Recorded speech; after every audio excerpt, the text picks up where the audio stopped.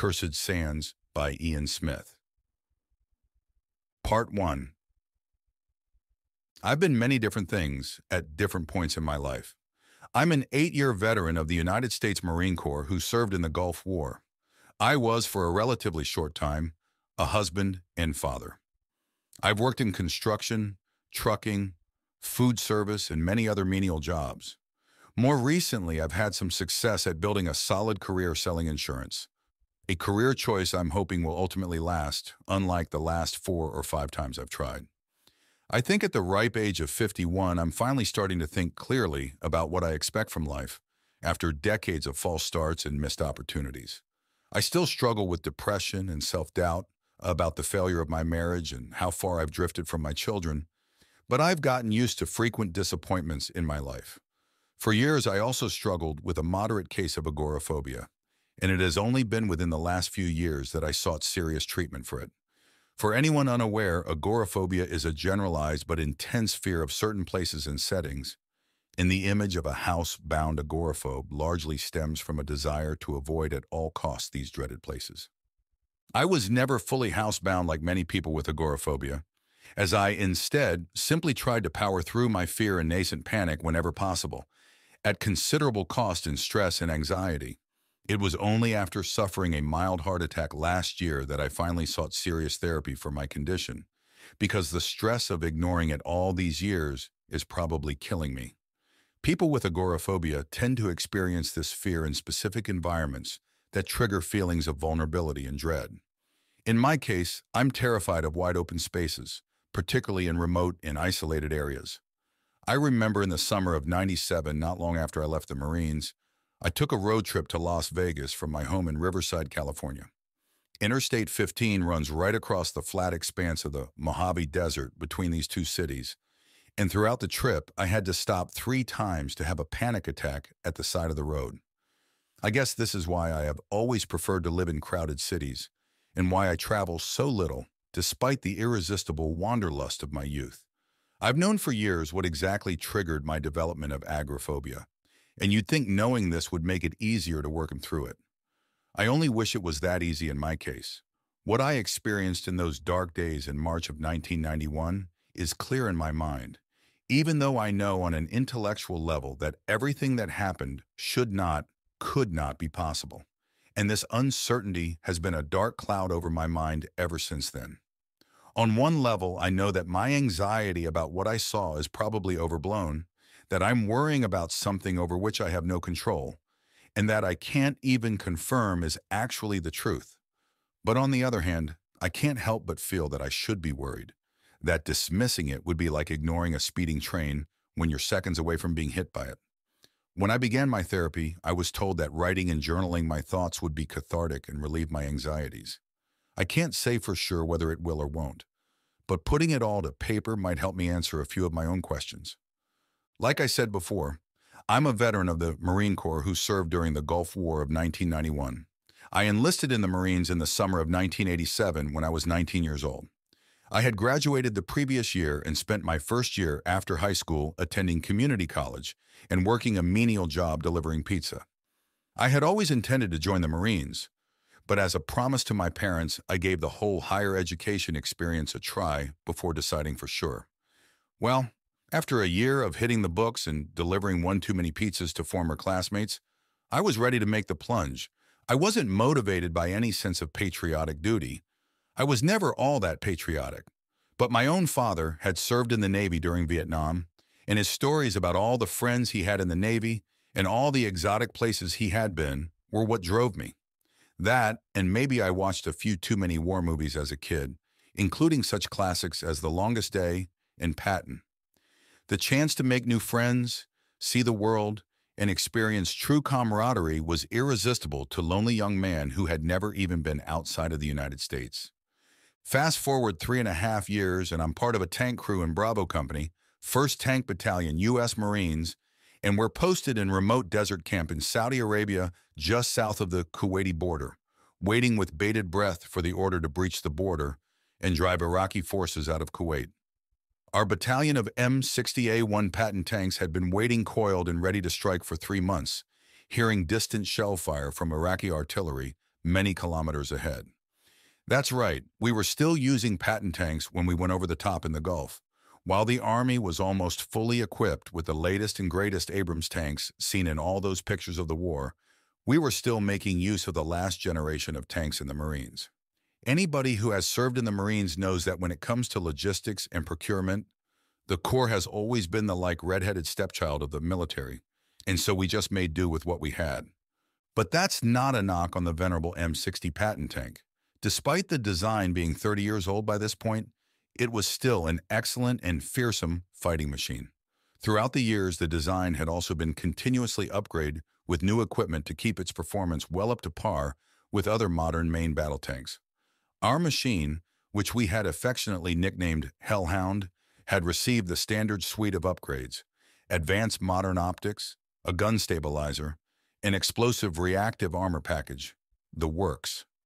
I'm glad to say that our crew had complete confidence in our tank, and I can personally attest that our machine was more than up to the task of taking on any tank or armored vehicle the Iraqis had, like the T-55, T-62, or even the dreaded T-72. There were 4 men in our crew. I was the gunner, which in my admittedly biased opinion was the most important part of the crew. Our tank commander, or TC for short, was a guy named Paul Hilaire, who was a few years older than me and a steady, competent professional. The loader was a squat, muscular guy named Gilbert Castro, who, like me, was also from California and the youngest, and our driver, Tim Laurie, who was rather highly strung, but still managed a very dry sense of humor. We had all trained together for 2 years at Camp Pendleton and later 29 Palms, and now that we sat on the brink of a real combat operation that we had hoped for all that time, we were restless, impatient. Our isolated camp in the middle of the Arabian desert was at the literal ass end of nowhere, and being that we were so close to jumping off, we were confined there for several weeks. When Iraqi forces tried to invade Saudi Arabia and take the city of Khafji in January, we were on the edge of our seats, hoping that we could finally see some real action. All these months we had entertained dreams of racing forward across the desert like Rommel, taking the fight to the enemy. But we were disappointed when other units received that honor instead. I wasn't until late February that we finally got the order that we had all been waiting for, to breach the border and cross into Kuwait to drive out the occupying Iraqi forces. I admit I was more excited and thrilled than scared. It might seem like a stupid attitude for a young man to rush so willingly into war, unaware of what he would encounter. But you have to understand, we spent years training for this sort of operation, and we saw ourselves as consummate professionals, like tradesmen doing their jobs, and we were eager for a chance to actually apply our skills and give Saddam Hussein and his much vaunted Republican Guard a swift kick in the nuts. Such is the gung-ho attitude of Marine Corps. In the small hours of the morning on February 24th, 1991, we and the rest of the 1st Marine Division got the order to advance into Kuwait. As a part of Task Force Papa Bear, we surged forward over the sand berm that marked the Saudi-Kuwait border, and we encountered, not a lot actually. We tore through several areas blocked by barbed wire, but actual resistance by Iraqi forces was quite limited. Every now and then an enemy unit would half-heartedly fire upon us, mostly just a few shots for honor's sake, and surrender as we returned fire and closed on their position. Iraqi troops, who we were told were battle-hardened after years fighting Iran, were actually quite tired and unhappy and only too willing to surrender. I can't blame them. A man like Saddam Hussein is hardly worth dying for. So for those first few days, that was the most of what we encountered. Marine units collected thousands of prisoners, took few casualties, and met only occasional Iraqi armored units. It bears mentioning that we didn't directly encounter these enemy tanks, and we wouldn't see a serious tank battle until a few days later. On a few occasions, we fired upon objects we thought could be enemy tanks, but which often turned out to be already wrecked vehicles. It was only on the 27th, when we finally reached Kuwait City, that we got the chance for a real battle that we had been waiting for all this time. The battle for Kuwait City International Airport was one of the largest tank battles of the war, though much of it actually took place in the suburbs surrounding the airport. And that battle did not disappoint. We encountered a large force of Iraqi Army and Republican Guard tanks just short of the airport, and in a brief but incredibly tense battle, we just wiped the floor with our enemy. We destroyed over 100 tanks and armored vehicles in that action, and I myself scored my first real kill in armored combat. Well, the whole crew takes collective credit for such achievements, but being the gunner and the one who pulled the trigger, so to speak, I was quite satisfied with myself for a time. As we pushed forward, the TC spotted an Iraqi T-62 skulking behind a line of destroyed buildings, presumably trying to flank us, and I traversed the main gun and put him in my sights. And at a distance of 850 meters, I put a 105mm round right through the turret of the tank, just as it gave me a beautiful side silhouette, just like the ones we get in training. That shot visibly rocked the entire enemy tank, as if it were struck by a boulder, and a large plume of smoke followed by a brilliant jet of flame erupted from the top hatch, which must have reached nearly 20 feet into the air. I was quite proud of that shot in scoring my first armored kill, but after a few moments I was struck by the real gravity of what I had just done. Despite the fierce kill-em-all attitude cultivated in us throughout our training, doing the actual deed is quite different. When you see an enemy tank, you tend to think of your enemy as being the machine itself, as if the human beings in the crew don't even exist. But when I came to the realization that my shot had probably just killed all 4 men in that tank, some may be hit by the shell itself or who were incinerated when the ammunition cooked off, I was struck by a strange feeling for several days afterward. Even though the moral context of war would make my actions somewhat more explicable, I couldn't help but feel that I had committed something truly serious. After all, I had ended 4 human lives with the pull of a trigger. Nobody escaped the flaming wreck of that T-62. But despite knowing that would likely have done the same thing to me in their position, I was still awestruck and disturbed by the feeling of having such power and choosing to use it so destructively. But like I said, I guess that's just war, and there's nothing like a war to teach you that morality is a fickle beast. I still felt this way, even as I also fired on and destroyed 2 Iraqi BMPs and an armored car. A moment of brief exultation, followed by a nascent but palpable sensation of guilt. But I've learned through the years that even though regrets can set you on a better path, little good can come of dwelling on such things that you can't take back. Learning this is what has kept me afloat all these years, and I try to impart on others the moral perspective I developed back then. But I digress. The ground campaign in Kuwait was rather short, only about 4 days, and what Saddam Hussein had promised would be the mother of all battles had mostly been a catastrophic rout of Iraqi forces that badly damaged his international prestige. For our part, it was decidedly disappointing, especially compared to what we were told to expect. But we got the war we had craved for so long, despite its disappointments and unexpected reality checks.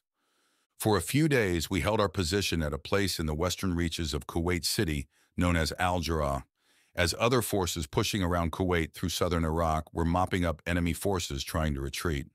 It was during this phase that controversial battles like the Highway of Death or the Battle of Rumaila took place, which were controversial because they happened after the ceasefire and were fought against Iraqi units who were technically complying with international mandate to withdraw from Kuwait. On March 2nd, we received our own mission as part of this effort, with the intent to block the retreat of any stragglers trying to retreat into Iraq by back roads in northwestern Kuwait.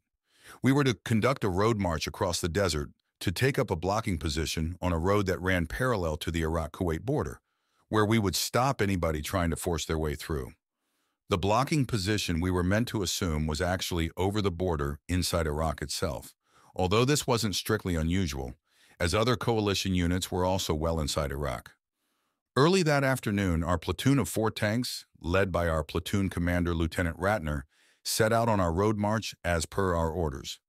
The distance was about 100 kilometers, although we were fully fueled up, and a Patton tank can do 500 kilometers easy at a reasonably efficient pace. The whole journey was about 3 hours, although as we were within 7 to 8 kilometers from our objective, we were suddenly given the order to turn around and return to base. This was irritating, as we were glad to have another mission, and we had driven all this way for nothing, just as the weather was starting to turn. A rather large shamal, or windstorm, was forming off the northwest, and the idea of being caught in a sandstorm in the middle of nowhere was not very attractive, especially since a shamal can last several days.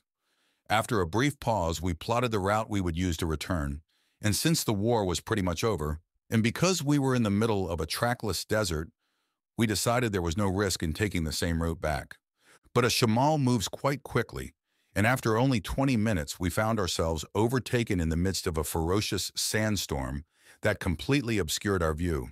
In these conditions, we had to adapt our methods to avoid becoming separated.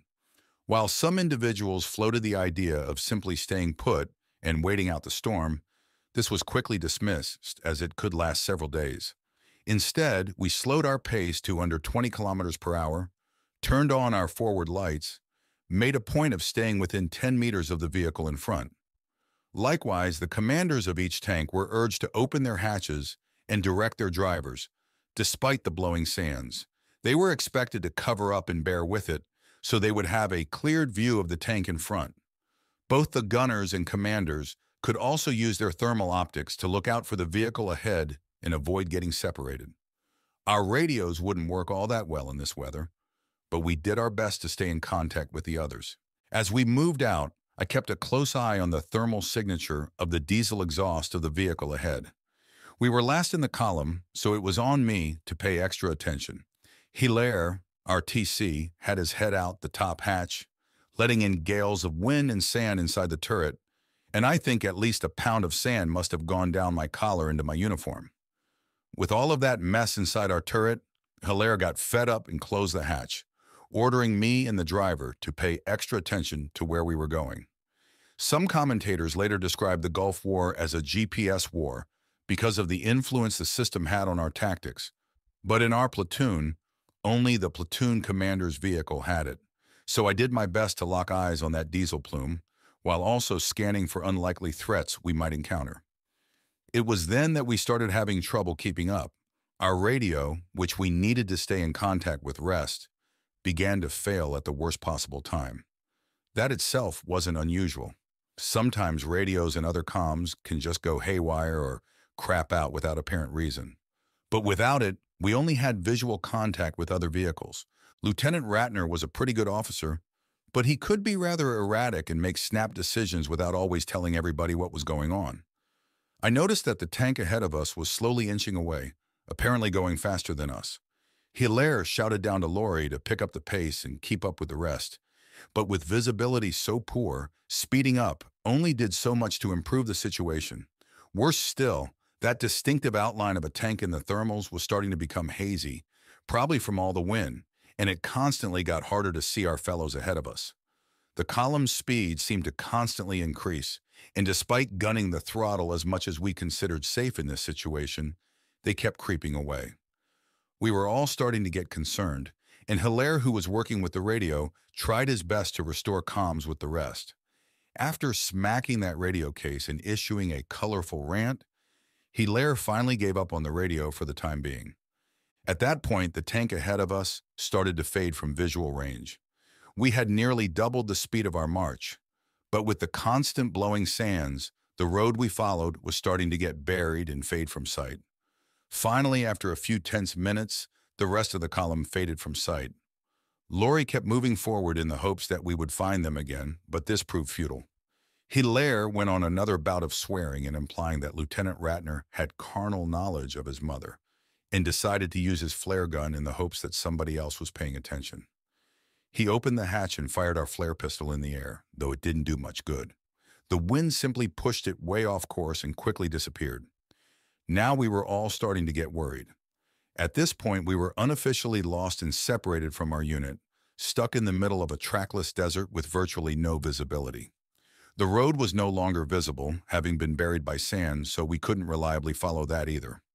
Laurie kept us moving at a slower pace in the same general direction, hoping that we might get a break in the storm soon so that we could see where we were going. After a short time, Hilaire told him to stop. Moving forward without knowing where could risk putting us way off course, especially when the road was no longer visible. And if we strayed too far into the sand, we might risk getting bogged down and throwing a track. When we were still in camp, we had heard about other units getting lost in sandstorms while on maneuvers, but this was the first time it had happened to us. Hilaire suggested, and we agreed, that we should stay put for now until the storm calmed down somewhat and do our best to restore comms with any friendly units nearby. Using a compass and simply heading straight east from our position seemed logical, as we were bound to encounter a friendly unit in that direction. Again, we were still concerned with the idea of getting bogged down in the sand dunes, so waiting for the road to clear seemed the best bet. So we remained in our position for several hours, hoping for the storm to relent. But evening was falling, and the storm not only seemed strong as ever, but it even seemed to get worse. Pushing through a sandstorm in the daylight was difficult, and doing it at night seemed out of the question. We made the decision to remain there for the evening, a rather unpopular one, as this pointless, aborted mission had gone on for way too long at this point, but we apparently had no other choice. I've slept inside our tank before, and trust me when I say that it is not ideal. But sleeping outside on the rear engine deck or digging a sleeping hole in the sand was an even more uncomfortable proposition, so we rested in our tank, taking shifts for watch. Our auxiliary engine was running so we could keep on the heaters and optics, but trying to sleep in that cramped space was difficult. I imagine it was worse for Lori because the driver's position was even more cramped, although it was more reclined. Hilaire kept tinkering with the radio while Castro and I argued about our favorite basketball teams. He's big-time Bulls fan, despite being from California. I didn't expect to do much sleeping in the tank anyway. Finally, Hilaire lost patience and decided we should try to move out anyways, relying on our compass to keep us oriented east since we couldn't see the sun. He warned Lori to take it easy if we seemed to get bogged down in the sand, although the desert was thankfully flat, so we wouldn't have to actually climb a sand dune. Lori turned us east, put it in gear, and we moved out at a slow, cautious pace. Moving across the sand was slow going, and Hilaire was worried about how much fuel we were burning compared to traveling on the road. We had used about a fifth of our diesel fuel getting this far, so we didn't worry too much about making it, even if the engine was struggling. We tried to keep a path straight east, but often deviated our course to go around troublesome bits of ground like sand dunes. It was then that something really bizarre started happening. It was still dark and dusty outside, and without seeing the sky, we needed our compass to keep us oriented the right way. But our compass began to act very strangely. The needle wavered and began spinning around, not keeping any strong orientation, and would snap back and forth even as we traveled in the same direction. Hilaire, baffled by this development, ordered Lori to stop. I have no idea what sort of phenomenon could make a compass behave like that. But it was certainly happening to us. We were worried before, but this bizarre event now had us all on edge. The compass would briefly seem to fix itself, but every few minutes it would go haywire again. And the fact that we needed to keep going around certain spots didn't help to keep us on track. We decided yet again to simply stop and wait for daylight to regain our bearings, thinking we had not gone all that far off the road since our brief detour. Around dawn, we decided once again to have a look around to see just where we ended up. The sandstorm had calmed down somewhat, as we had apparently found a gap in the storm with relatively clear skies. The storm front still raged to the east and west of us, so this respite would likely be short-lived. We were all horribly dismayed to see that the landscape around us looked nothing like any we had seen so far, with no visible landmarks, paths, or anything. Even our tracks across the desert had been swallowed by the sand. All around us were rolling sand dunes, and with the storm on the horizon in both directions, nothing was visible beyond our position. That's how it is during a shamal. Millions of tons of sand being kicked up in the air and deposited elsewhere, seeming to move entire hills across the waste. This is what had apparently happened to us.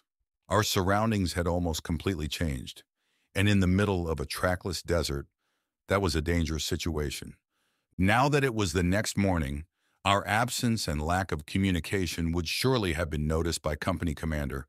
We reasoned that a search effort would likely have been underway by this point. This assumption made us feel better, even though our radio was still not working. Likewise, with coalition aircraft being highly active in this region, we thought we could be spotted by a passing plane who would relay our position to friendly units in the area. But this optimism wouldn't last. The storm was starting to pick up again with the walls of sand closing in on us, and no aircraft were becoming visible.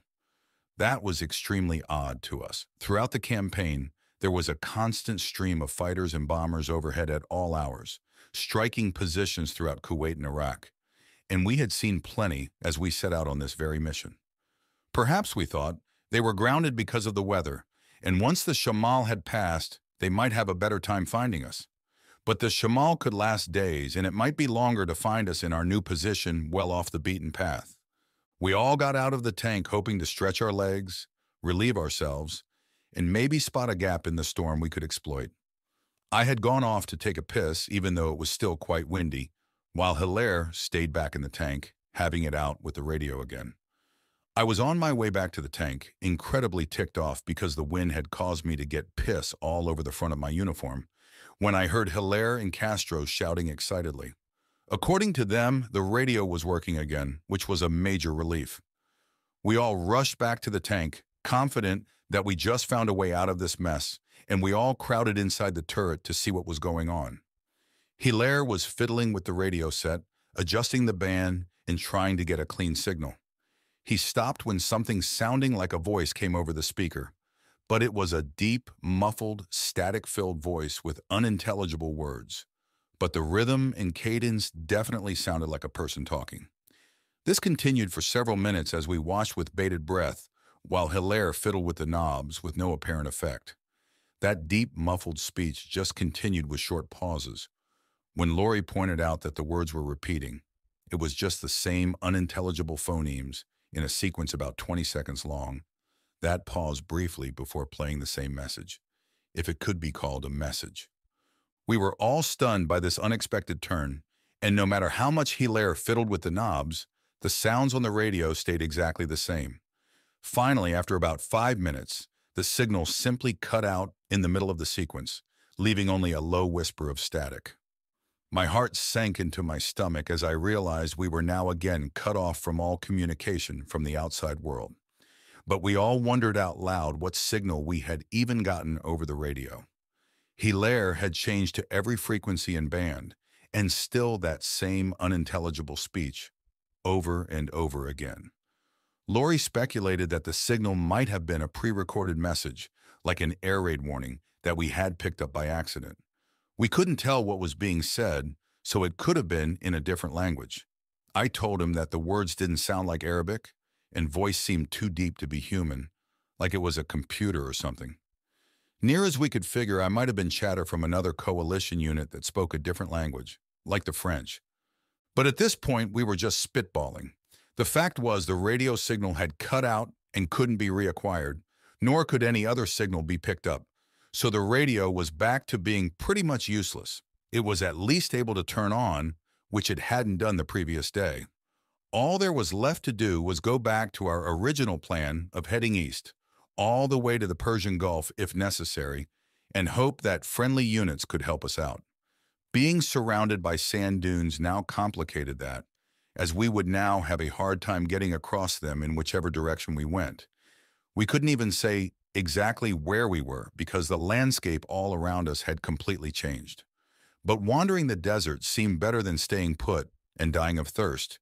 And even though we had a fair amount of rations and water, camping out in this place wasn't very appealing. The storm was still going and now starting to close in, the sky getting hazier by the minute. We remounted our tank, set out again, hoping that our eastward drive would come to fruition. Part 2. Getting out of the dunes was as difficult as we feared, and we all sat on the edge of seats listening to the engine roar, hoping desperately that the dreaded sound of a track being thrown wouldn't come. Finally, it seemed that we crested the hill and were moving down, when we saw that the dunes continued in that direction for miles. Hilaire was now starting to get seriously concerned about our fuel consumption. We had 4/5 of tank left when we first turned back, but now we had only 3/5 left, even though we had gone only a fraction of the distance across the desert. The effort to climb up those dunes had taken up a lot of fuel.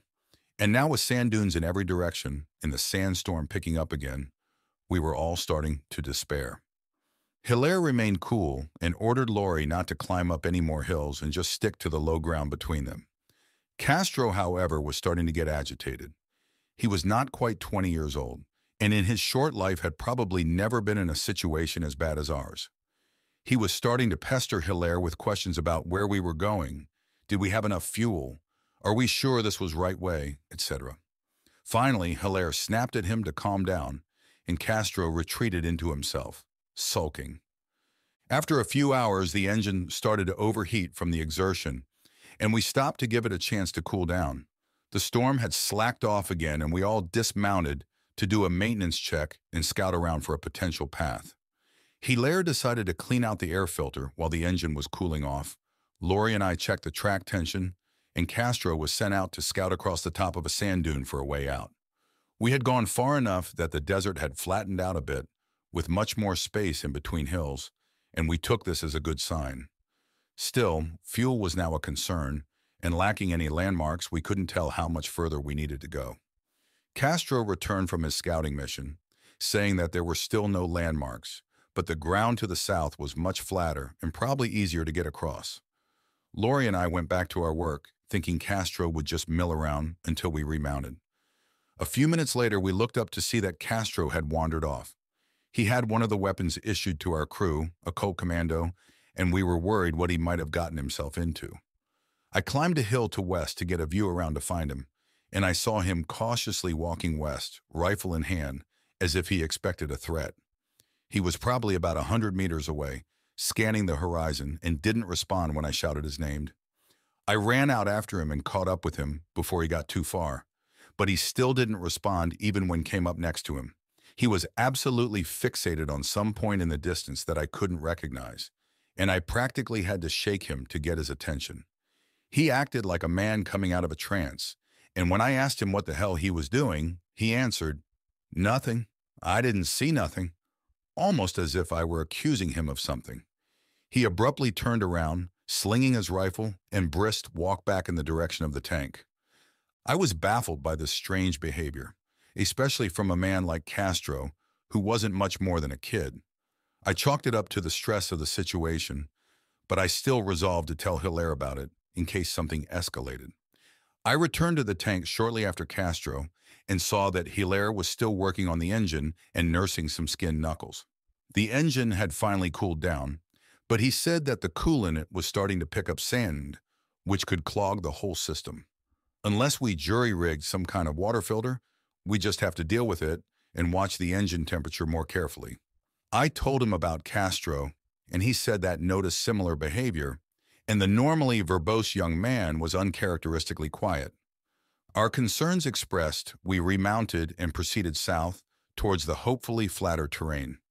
We went south and east, trying to stick to low ground, and for a time we had relatively clear visibility in our path, so we could stay on a rough course. It was like this throughout the afternoon, with Lori counting down the ticks on the fuel gauge. Out of nowhere, in the course of less than a minute, the storm brewed up again more violently than at any point so far. We were all startled when we heard especially harsh gales of wind and sand pelting against the outside of the tank, and visibility dropped so low that even the thermals couldn't make out anything much further than 60 meters. Worse still, we even noticed some bright flashes of lightning, and if there was lightning, there could be rain, and in this terrain and sudden downpour could cause a flash flood that could swamp our tank. The suddenness of the storm caught us all by surprise. We had gotten used to the general ebb and flow of the weather, with periods of relative calm in between constant winds. I kept scanning the horizon through the thermal when I started noticing some strange objects. Actually, they didn't even seem like just objects. I could swear they were moving. At first, I briefly panicked when I thought I saw a human outline, maybe a hostile enemy, but it sank low to the ground and tumbled across the sand like no living creature I knew of. I was thinking that perhaps it was some kind of loose debris, a tarp maybe, that had drifted across the desert in the storm. But then I noticed that there were more of them. I was so stunned for a moment that I didn't immediately tell Hilaire what was out there. I wasn't even sure what exactly it was out there. There were at least 3 or 4 signatures in the thermal, all white hot like you would expect from a person or animal. but there was nothing about them that made them seem like a person. After all, what would a person be doing out here in a storm like this, in the middle of nowhere? I saw some of those signatures suddenly flip up, and I could swear then that there was something vaguely human about that posture. When I told Hilaire, he immediately got on his periscope and scanned in that direction, but he couldn't make out anything. Castro suddenly seemed even more agitated and froze up, just riveted to his seat. I wondered at that for a second, but kept scanning for these beings or whatever they were, not sure if they were hostiles or just wild animals. But as quickly as they came into view, they suddenly disappeared into the storm, with no trace of their passing. The sudden apparition and the brief panic it caused left all of us rattled for a time. We were definitively lost out in the middle of the Kuwaiti desert, with no clear clue where we were or what direction we should go, and now there was the possibility that we were trapped with some strange creatures in a blinding sandstorm. I say possibility, because I was not completely sure that what I saw was a living thing, but the way it glowed in the thermal scope would suggest that it was. The storm continued to rage all around us as we moved further south and east, and the pelting of sand against the turret hull grew stronger and stronger. Fuel was now getting worryingly low, as according to Lori, we now had just under a third of a tank left, enough to get us 150 kilometers at an efficient speed. But we were not at an efficient speed. We were still trudging across open desert, burning more fuel than usual. And the possibility of having to hoof it from here to civilization left us all deeply worried. Eventually, evening came with still no sign of human habitation anywhere, and we knew that it meant spending yet another night out in the open desert. As a Marine, I'm used to the idea of spending nights far from civilization, but out here, totally alone, and with some strange creatures roaming about the wastes, I was starting to have serious doubts about my choice of career. When the storm finally eased off, we stopped to do our necessaries and call it an evening. Castro was being particularly fidgety, so we gave him the first watch. Exhausted as I was, having not slept much the previous night, I finally was able to get some quality shut-eye, curled up at the back of the turret floor under the loader's ready rack. Since I had third watch, I was able to get a few hours in before my turn.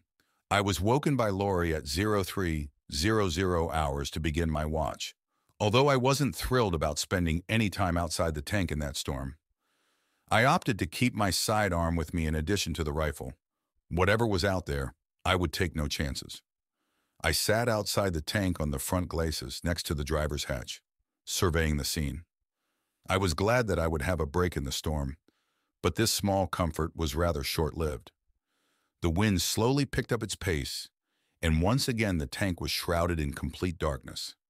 It was then that I was able to register a faint sound, indistinct at first, but which started to stand out as high-pitched howl.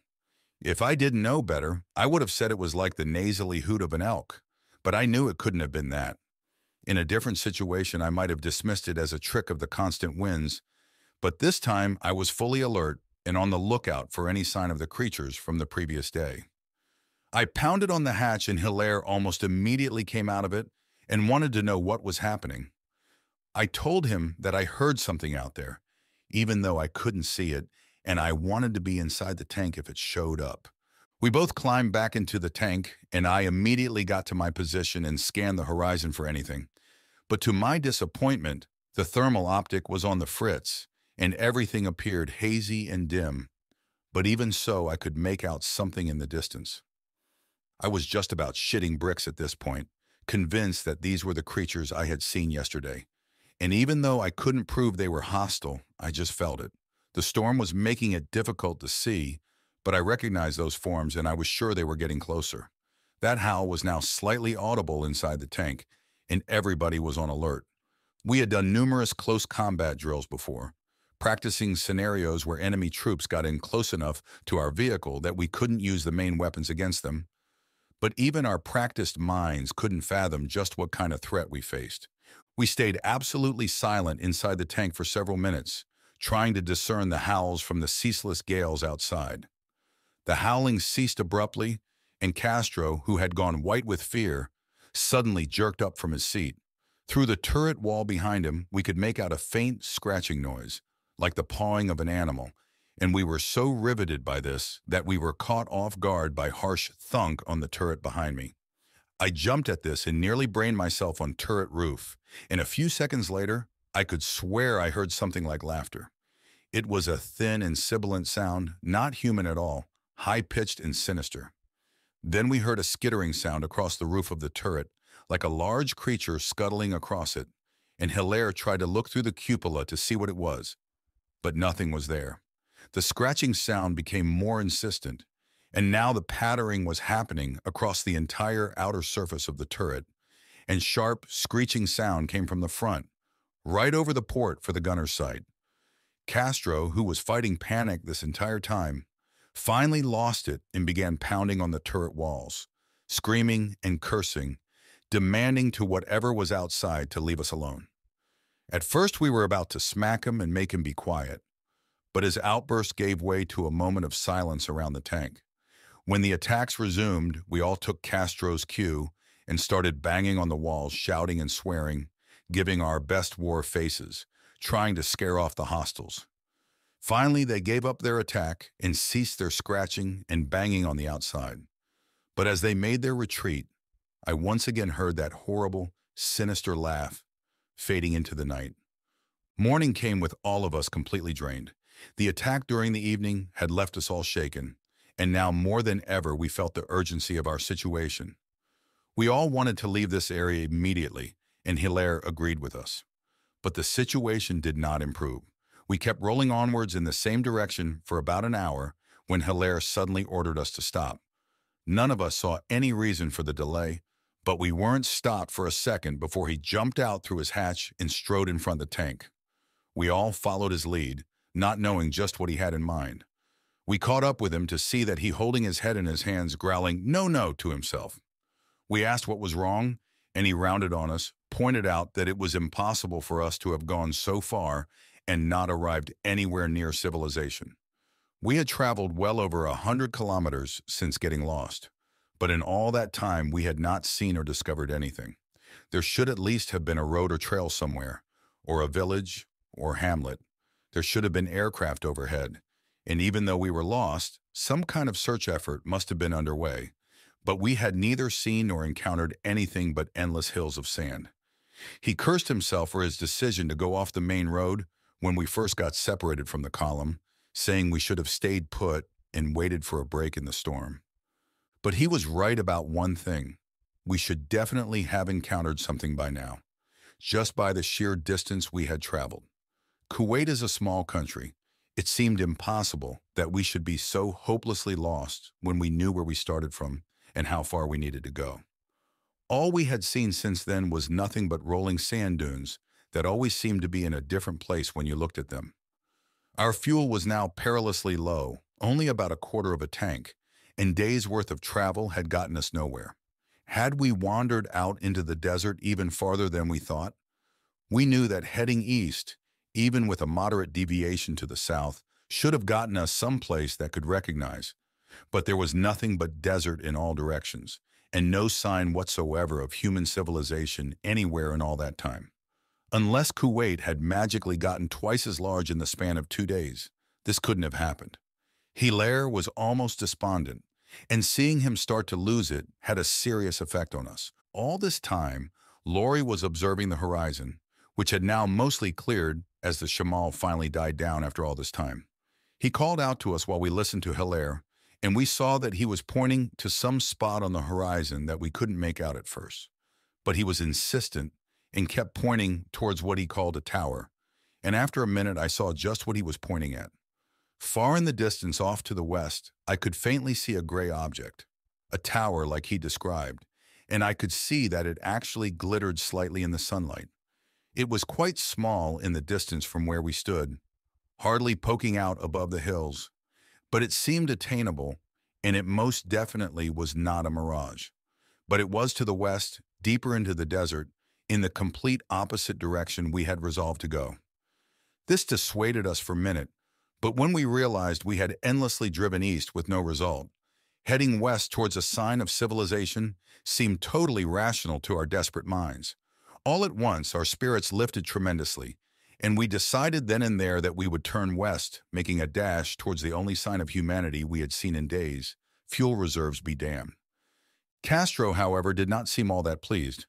I thought he would be the most excited by this news, given that he was under serious strain from our situation, but he was actually quite muted. We told him that our new path led west and assented to this without any comment or complaint.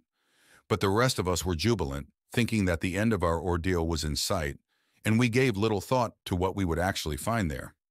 We mounted our machine and turned it west, into the direction of this heavenly sign to a group of stranded and desperate men. We took a much quicker pace than we had in days, only loosely paying attention to our remaining fuel. Our tank surged across those hated desert sands, and even as the weather yet again took a turn for the worse, we felt unstoppable. The shamal we thought had died out picked up with a vengeance, and once again we were nearly blinded that curtain of sand and grit. But we kept that shining tower in our sight the whole way. As if rising to the challenge, the storm grew ever worse, and soon visibility was nearly gone. But we still had our bearings. Through the thermal, I observed the horizon for this tower, catching faint streaks of heat in the direction we were going, convinced that this was our destination. At this point, Hilaire once again began working on the radio, and after days of inactivity, that voice recording once again filled the speaker. It was still muffled and filled with static, and no more intelligible, but it was a stronger and clearer signal than before. Days before, we had wondered at the wisdom of trying to follow such a signal, but in our desperation, we were prepared to accept many risks. Indeed, it seemed as if the source of this mysterious signal was coming from this tower we had spotted in the distance, as the signal came in clearer and clearer as we kept going. I thought we must have been very close when the violence of the storm suddenly became worse, and the pattering on the outside of the turret gave a sign of what we had feared most: rain. We were in one of the driest places on Earth, and we had somehow stumbled into a goddamned rainstorm. I suppose it was possible that a shamal could bring in scattered rain clouds that hung over the desert, but this seemed like an unfathomable stroke of bad luck. But still we pushed on, hoping that our mad dash would bring us to our destination before the worst of it took hold. Our desperate hopes proved fruitless as we came upon a distinctive sight of a torrent of water rolling across the sand, a flash flood brought on by this rain. For a vehicle as large and heavy as a patent tank, a flash flood might not seem that dangerous, but we were driving over soft, porous sand, and there was no telling just how deep this stream could be or if the ground beneath would hold out. Hilaire was unimpressed by this obstacle, and seeing we were so close to our goal, he made a snap decision to just ford ahead through the flood, hoping that speed and weight would keep us upright. At Hilaire's signal, Laurie gunned the throttle and drove forward into the mud and muck of the flash flood, and the tank noticeably sank into the ground. But we still managed to keep moving forward.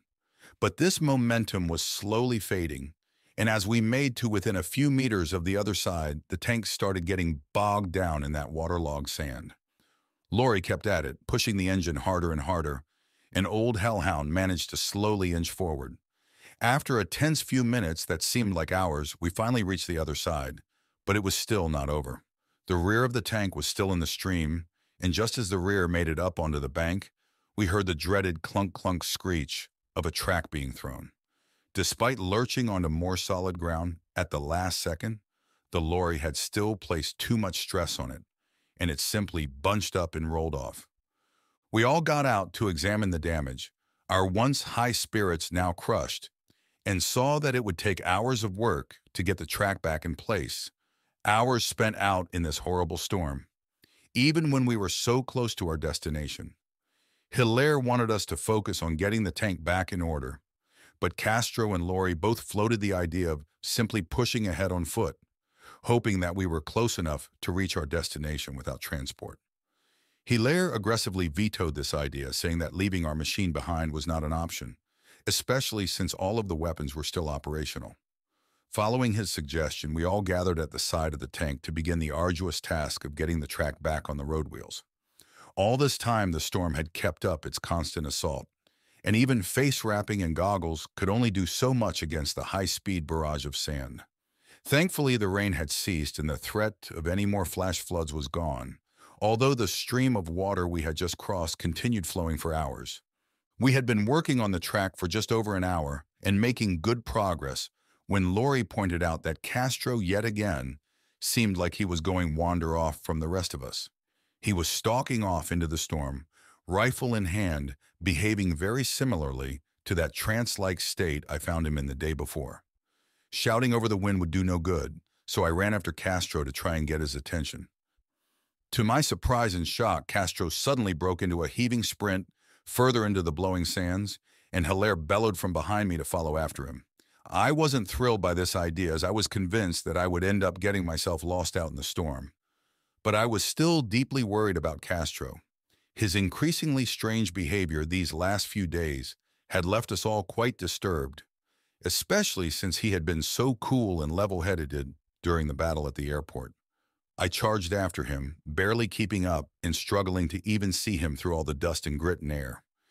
For a few moments, he disappeared from my sight completely, and I nearly panicked, thinking that both of us were now hopelessly lost out this weather.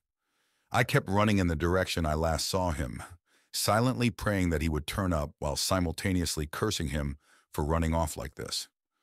Without warning, I suddenly moved into break in the storm, my vision suddenly clear, and I saw Castro at a dead stop about 30 yards in front of me, staring up in awe at something in the sky. I was then that I saw just what we had been traveling towards all this time. Looming high above us, silhouetted against a sky still filled with storm and moving sands, were a pair of dark stone objects that I recognized as buildings. The bases of these buildings seemed totally buried in sand, but the rest of them stuck out above the ground at least 5 or 6 stories tall. They were mostly square and featureless, the sides canted inwards slightly like a trapezoid, with no trace of windows or doors on the outside. The facade of each building was just a flat, barren stone exterior, not sand-colored or beige like most structures I had seen in this region, but dark gray and very smooth. Above us, they loomed on the side of a particularly steep sand dune, like the ramparts of a great fortress, spaced only a short ways apart. Castro and I were equally dumbfounded by this unexpected discovery of such strange architecture in the middle of a barren, featureless desert. But odd as this was, it was still the first clear sign of civilization we had seen in days, and these clearly were not natural features of the land. I finally broke out of my own astonishment and got Castro's attention. He was still awestruck, but not pleased or excited as I felt. I urged him to follow me back to the tank to tell the rest that we had finally arrived at the mysterious destination we had been following this whole day. With some reluctance, he agreed to follow me back to the others. We must have wandered off close to a quarter mile into the storm, and I had no clue how we might find the rest going back through the storm. Castro suddenly took the lead and began moving briskly back in the rough direction we had come. Since I had no better ideas, I followed him closely through the storm, hoping that his sudden confidence meant he knew where he was going. To my relief, we shortly caught sight of our tank and saw Hilaire waving his arms over his head, signaling to us his position. He must have been incredibly relieved to see us back. I excitedly told Hilaire and Lori what we had found ahead, and they were just as perplexed by what we told them as we had been when we found it. The work on the track was nearly done, outstripping our expectations, and I tried again to urge Hilaire to just push ahead on foot back the structures. Again, he rejected this idea, but with Castro and I back, we could more quickly finish repairing the track. With great speed and excitement, we got back to fixing the track, and in less than an hour, our tank was operational again. We remounted and proceeded in the direction we had gone earlier, still carefully rationing our last sips of fuel to cover the short distance. Once again, we made it through that sudden break in the storm, and once again beheld the awe-inspiring sight of those looming towers. We knew we likely couldn't get the tank up that steep hill, so we circled around the base of it, our eyes fixed upwards to survey the perimeter of this bizarre settlement we found so far out into the desert. As we drove around, we saw that there were other structures around the top of the hill extremely similar to the first two, spaced evenly apart. Between 2 of them, we finally found a relatively manageable slope leading up to the crest of the hill, and cautiously we moved up this path, alert for whatever we may find in this strange and remote place. We reached the top of the slope and moved slowly between the 2 structures, nervously eyeing the upper reaches for any possible sign of trouble. We passed between the towers and came into a flat, empty area surrounded on all sides by these strange buildings, an area that seemed strangely like a plaza of some sort. And in the center of this plaza was the glittering tower we had spotted in the distance hours before. It was an enormous steel-gray obelisk that must have been 100 meters tall or more, built out of smooth and polished stone that still shines slightly in the dim sky. But despite this obvious sign of civilization, there was no trace of human life any place around the whole area. This whole unexpected scene left us dumbstruck for many minutes, until Lori suggested we dismount and explore the area in the hopes of finding any locals we might ask for information. We were reticent about this at first, given the unnatural solitude of this strange and isolated city. Apart from these blank and ominous buildings, the whole area was still as barren as much of the rest of the desert we had just left. We moved slowly and cautiously deeper into the plaza area, now completely unnerved by the silence. Though the sky was still hazy and mostly obscured by the sandstorm, the wind on the ground level was quite calm. We finally parked our tank in the shadow of the obelisk, and we all sat quietly for a few minutes, internally debating our next course of action. The excitement of the hours before, when we thought our predicament had come to an end, was all but gone. No sign of life was remotely present here. All we seemed to have followed were some ancient and long-abandoned ruins, far from anywhere. Part 3. After a few quiet minutes, Hilaire ordered us all to dismount and survey the perimeter for any signs of life. With reluctance, we all climbed out and had a good look at our surroundings. The buildings, particularly that obelisk, were even more impressive and ominous, up close and personal. We explored all around the base of the obelisk, and on the other side from where we parked, we saw yet another strange structure that escaped our notice before. It was a large ziggurat, mostly covered by sand, set in a low depression in the ground, like something sitting in the base of a bowl. But this wasn't like any normal ziggurat I had learned about in 6th grade history class. This one had rounded edges on each successive tier, and each tier was not flat, but slightly inclined upwards. Unlike the other structures, this ziggurat was quite fairly squat and wide, though still very tall compared to the others, and the stones that made up the outside were a dark, rusty red color, almost like brick, but completely smooth and without seams. At its base was an arched opening with a high peak blending seamlessly into the smooth exterior. Being in a depression in the ground, the top of the ziggurat was still lower than the other buildings, but up close we could see that it was at least as tall as all the others. Entranced as we were by this unusual scene, we still couldn't deny that we were in a similarly dismal situation as before. We were still stranded far into the desert, and now we had too little fuel left to go anywhere else, and the hopeful sign of human habitation had turned out to be totally lifeless and abandoned. The best we could claim was that we now had a recognizable landmark, but without fuel or other transportation, navigating according to this landmark would have been useless. The buildings might provide better shelter from the sandstorms, so could still hope to wait out the shamal and try signaling to passing aircraft. This, of course, was assuming that aircraft were momentarily grounded by the storm. We still had plenty of MREs and fresh water, as well as a mostly stocked survival pack with medical supplies and tents, so if needed, we could last in this spot for a week or more. But none of us were excited about that. But there was no alternative. We had used much of what remained of our fuel getting here, and driving back out into the desert would have been worse than useless. However, being at a distinct landmark in a featureless desert could make it easy to find us from the air. So for the time being, that was the obvious choice. For the rest of the day, we explored the whole site, examining the buildings for any clue of recent human activity.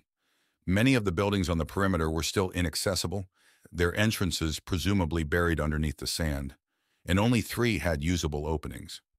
The insides of these structures were strange and fascinating, but disappointing as far as survival was concerned. Like the exteriors, their interiors were largely barren, consisting of a single cavernous chamber whose ceiling was many meters above our heads. Strangely, the insides were reasonably well lit, even though there were no windows or obvious sources of illumination. Looking up, we saw that there was a shallow dome protruding from the ceiling that seemed to be composed of a highly polished metal that appeared to be brass or even gold.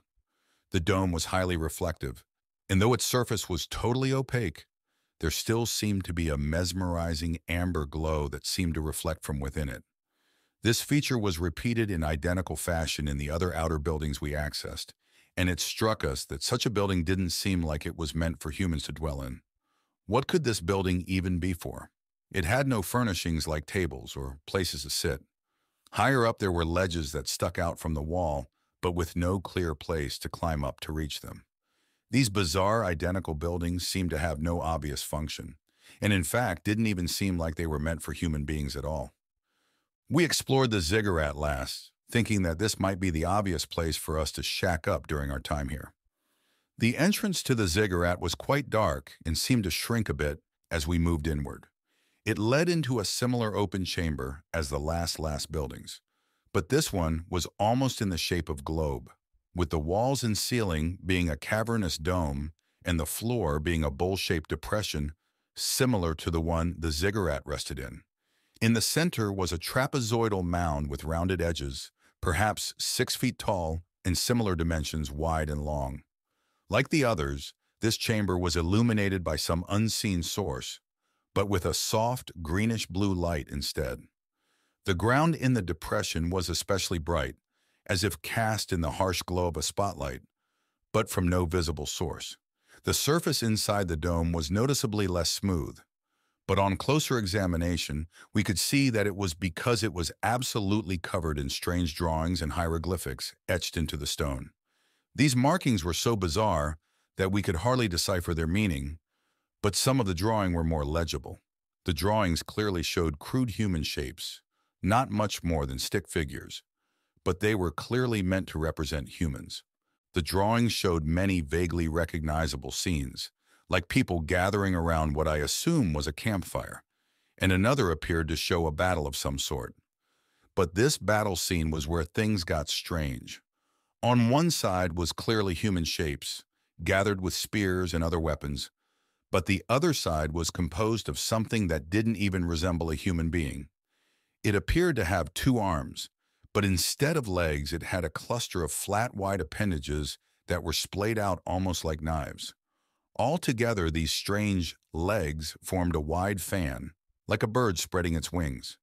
The head was also oddly shaped, with a pear-shaped base and a wide crescent perched on top. From this head were etched lines pointing towards to humans on the other side, like some kind ray or emanation. Further down was another drawing with human figures arranged in a sequence.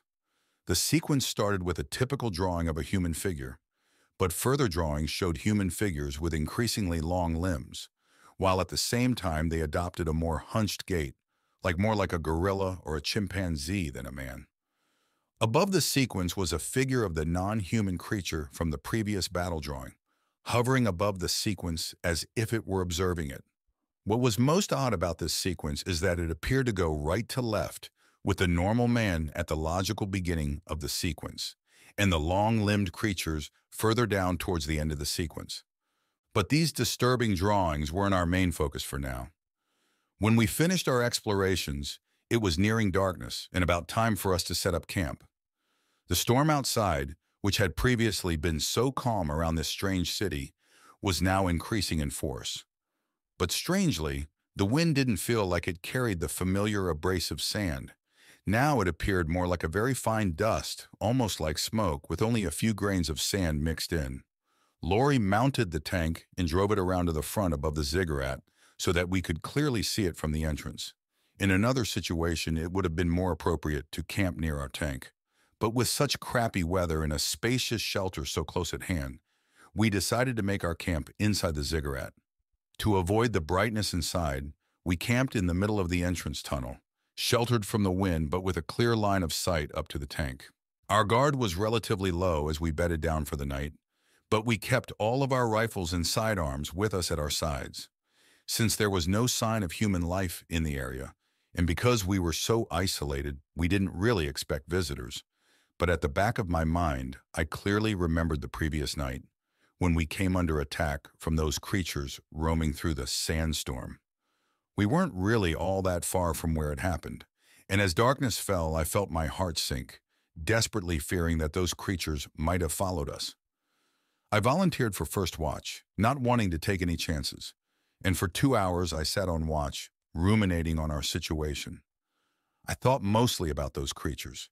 They had descended upon us the previous night in the middle of the storm, as if it didn't bother them. Clearly, they had no trouble moving in the storm, and had even managed to follow us for a ways before their attack. But they couldn't just live out in the empty desert, could they? Did they need any kind of shelter as they roamed the sand dunes?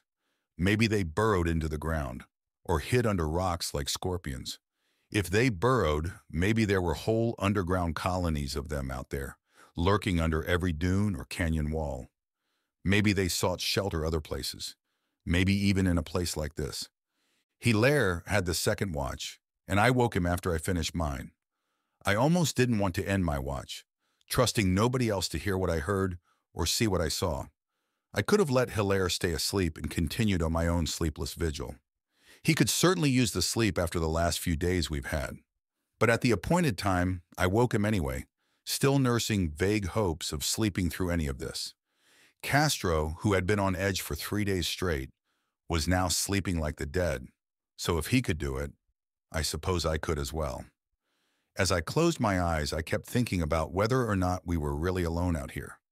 Hilaire took up his post without complaint and reassured me that he would keep a sharp lookout. He must have known what I was thinking. But as I drifted off to sleep, I could swear I heard through my dreamless haze that distinctive high-pitched howling in the far distance, echoing slightly through the entrance of the ziggurat. I woke up to find my blanket covered in dirt from the storm the previous night. Laurie and Hilaire were discussing doing any more exploration around the perimeter, hoping that our elevated position would give us a better view of landmarks in the distance. A stiff breeze was still blowing, but it didn't carry much dirt or dust, so I was hopeful that the hellish shamal was finally calming down. Castro sat against the outside wall of the ziggurat, staring blankly off into the distance.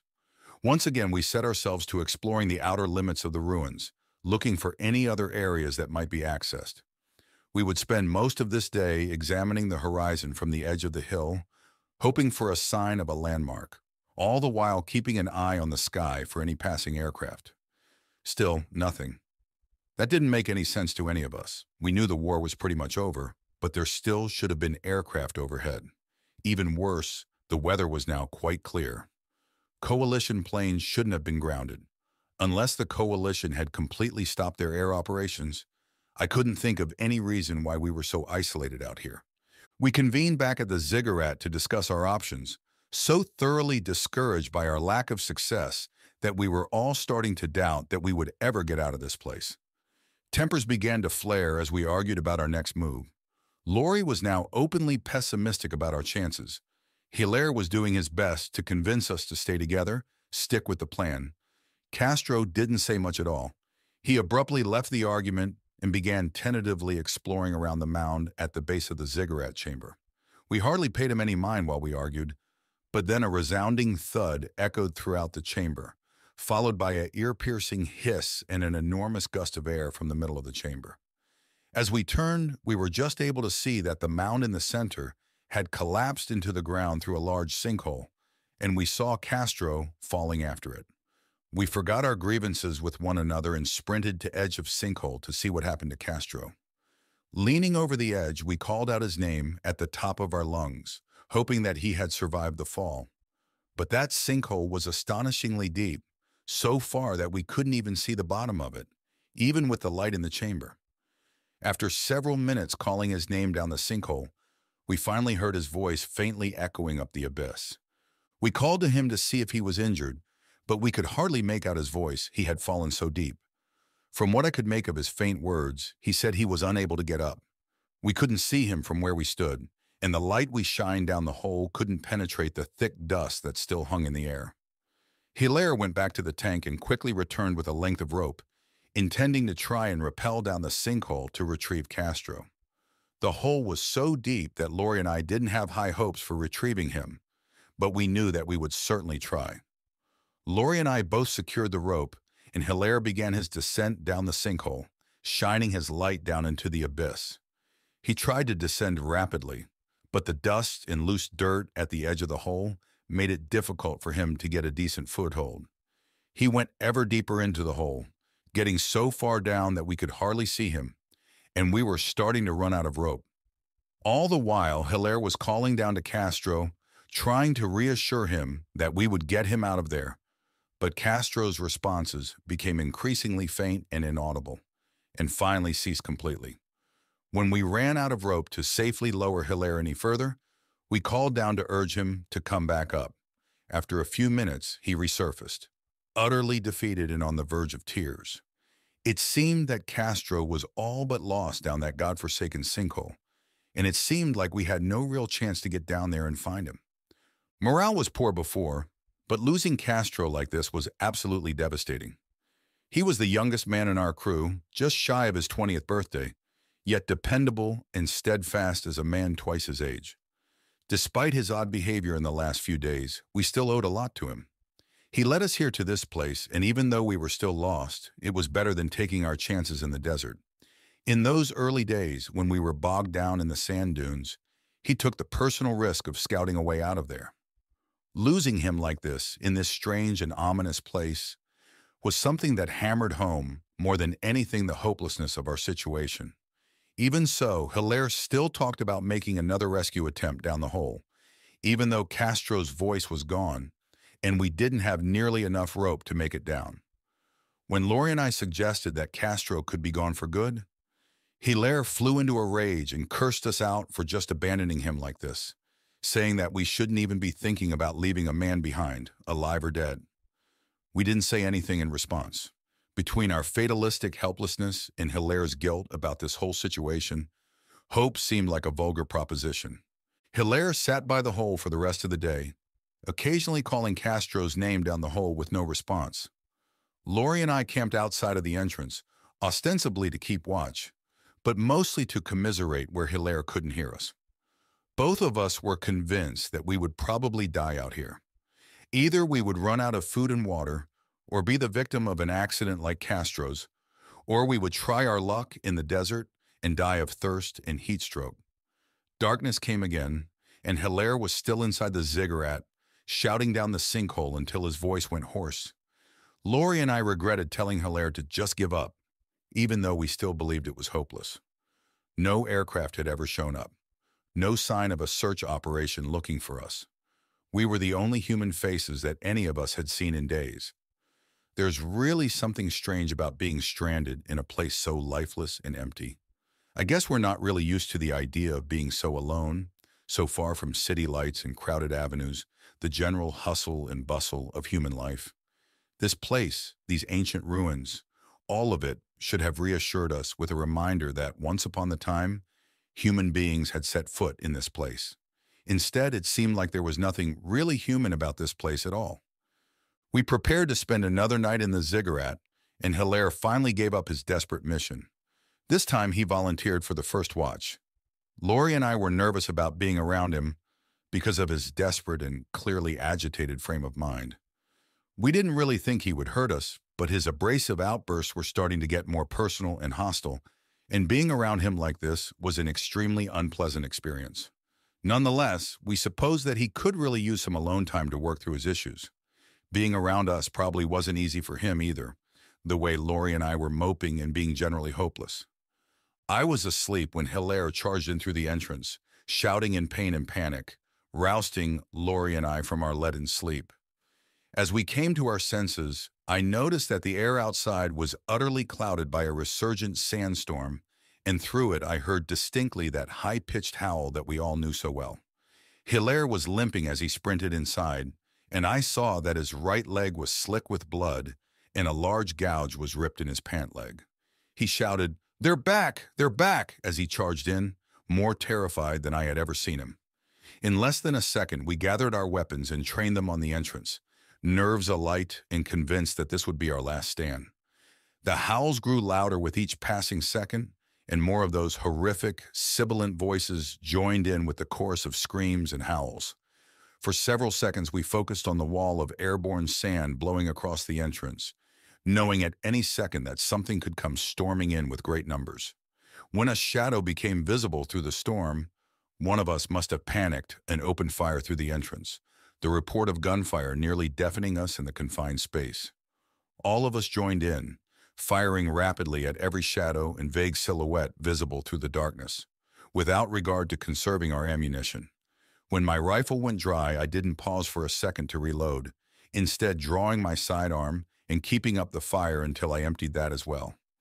We had taken the ammunition for our individual weapons with us when we made camp inside the ziggurat, but anything more powerful than small arms was still on the tank, outside the storm, and probably surrounded by those creatures.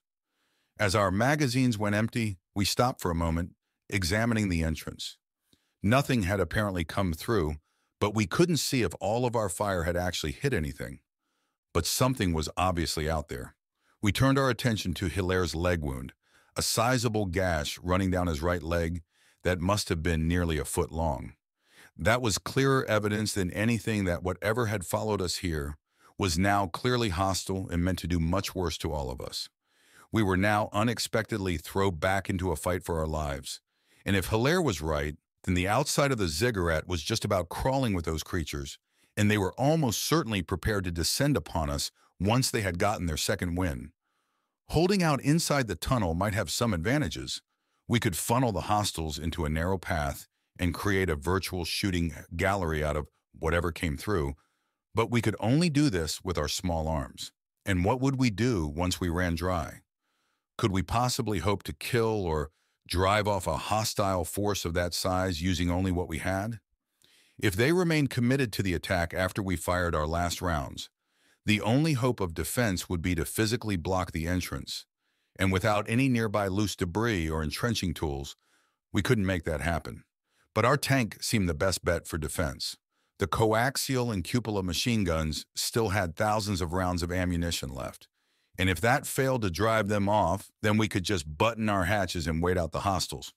But getting back out to our tank would mean having go back outside and dash over 150 meters up the edge of Bowl, all through both the storm and the creatures outside waiting to ambush us. As we saw it, there was no alternative.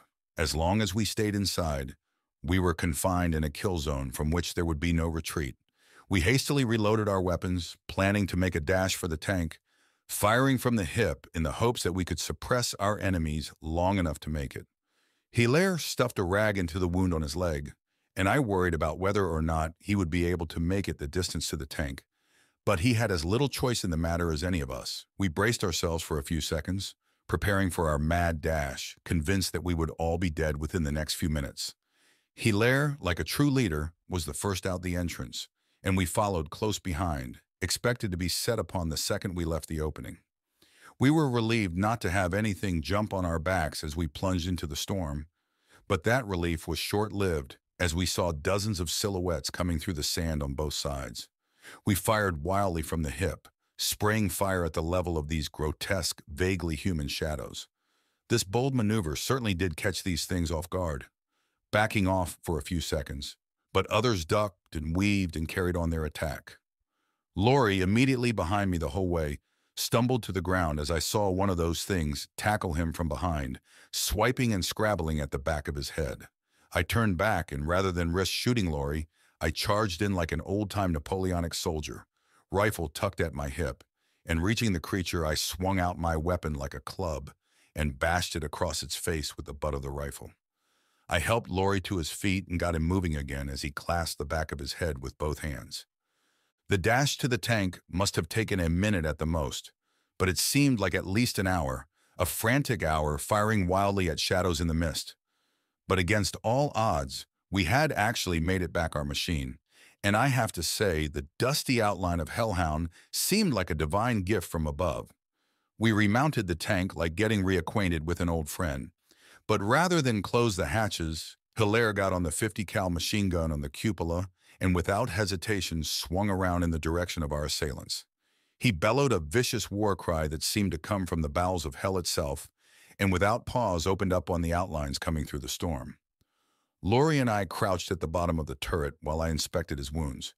He had indeed sustained numerous cuts on the back of his scalp, and though these didn't look too deep, they still bled like mad bastards as scalp wounds often do. I wrapped his face rag around the back of his head, like turban, hoping to staunch the flow of blood. That was the best I could do for time being until we got out our medical supplies. I used the commander's override to switch on our auxiliary engine and restore power to tank. And even though we were dangerously low on fuel, I knew it could keep us going for a little while longer at least. I tapped the back of Hilaire's leg and let him know that I was about to traverse the turret, and he shouted back in acknowledgement. I shifted the turret in the direction of our attackers, turned on the thermal and flipped over to the coaxial machine gun. And good God, I must have seen hundreds of thermal signatures through the dust. Pausing was not an option. I immediately let it rip with the coax into the line of thermal spots, firing long bursts in a general sweeping motion aimed at ground level. For the first time, I could see with my own eyes that we were doing serious damage to our attackers, mowing them down in absolute droves between the sharp chatter of the coax machine gun and the steady hammering of the 50 cal. But these little bastards learned quick. Soon they were skittering across the ground, ducking and weaving, and even leaping several feet in the air to avoid the incoming fire. Worse still, I could see in the peripheral that now thermal signatures were coming from further to the sides in both directions. There was no way I could move the turret fast enough to get them all. I shouted to Hilaire that they were trying to split our fire, and that he should aim right as I moved the turret left. But there were just too many of them, moving too quickly in all directions. No sooner did I set my sights on the attackers from the left that Hilaire screamed that they were about to climb onto the tank. I heard then the pounding and scratching on the turret walls as the creature scrambled up the sides, and Hilaire screamed something and tried to draw his sidearm. One of those things tackled him and tried to grapple with him, and for the very first time I got a close look at what exactly these creatures were. It was pale and hairless thing, humanoid in shape, but with no nose and a long, sloping maw with no lips and glossy black orbs for eyes. I was stunned by this sight for a second, and I tried to pull Hilaire down to the turret. Several more scrambled up the tank, piled on top of him, scrabbling and clawing at his whole upper body as he screamed with panic and rage. Laurie threw himself around Hilaire's legs, and we pulled as hard as we could to get him back into the turret. With a sudden and violent jerk, Laurie and I were yanked upwards with Hilaire, bashing our heads into the turret ceiling, and in a flash we felt Hilaire's legs slip through our grip and out of the turret hatch. We were stunned and horrified for a few seconds as we struggled to comprehend what had just happened. Hilaire was gone, torn out of the turret by the creatures that had overwhelmed our position. For a few moments we stared dumbly at the open hatch, listening for a scream or any sign that Hilaire was still out there, alive. I thought I could make out his shouts through the roaring storm, but they quickly faded into the din of howls and gales of sand.